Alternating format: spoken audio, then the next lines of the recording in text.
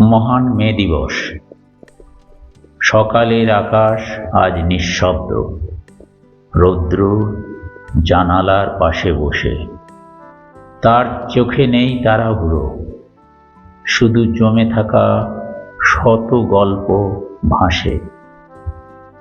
একদিন সে দেখেছিল শহর, বাবার সাইকেলের হ্যান্ডেলে বসে, ছুটির দুপুরে নিম পাতার ছায়া আর পাটিসাপটার স্বাদ, মাটির ঘ্রাণের রসে।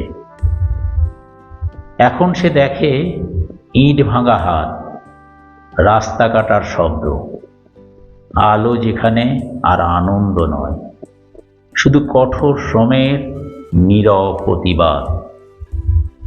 এক কিশোর শ্রমিক টিনের ঘরে গরম ভাতের সাথে লবণ খেয়ে হাসে, তার কপালে নেই অভিমান, শুধু কিছু ঘাম আর একটুখানি আশ্বাস। রৌদ্র জানে তার আলো চোখ ধাঁধানো নয় সবার জন্য। কারো কাছে সে তপ্ত অস্ত্র, আবার কারো কাছে জীবনের সংজ্ঞা।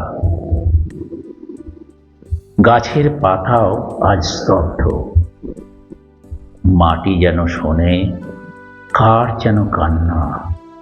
কোনো শব্দ নেই, প্রতিটি নিঃশ্বাস বলে যায় এ পৃথিবীর রন্ধ্রে রন্ধ্রে, প্রতিটি ধূলিকণার সাথে মিশে আছে মেহনতি মানুষের বলিষ্ঠ রক্ত।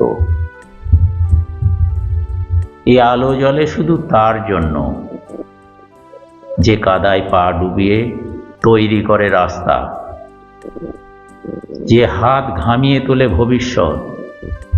নেই আর ছুটি, নেই কোনো ব্যস্ততা। রৌদ্র সব দেখে চুপ করে। সে জানে এই পৃথিবীর সৌন্দর্য তৈরি হয় যাদের ঘামে, তাদের জীবন এক বিস্মিত কবিতার সমান।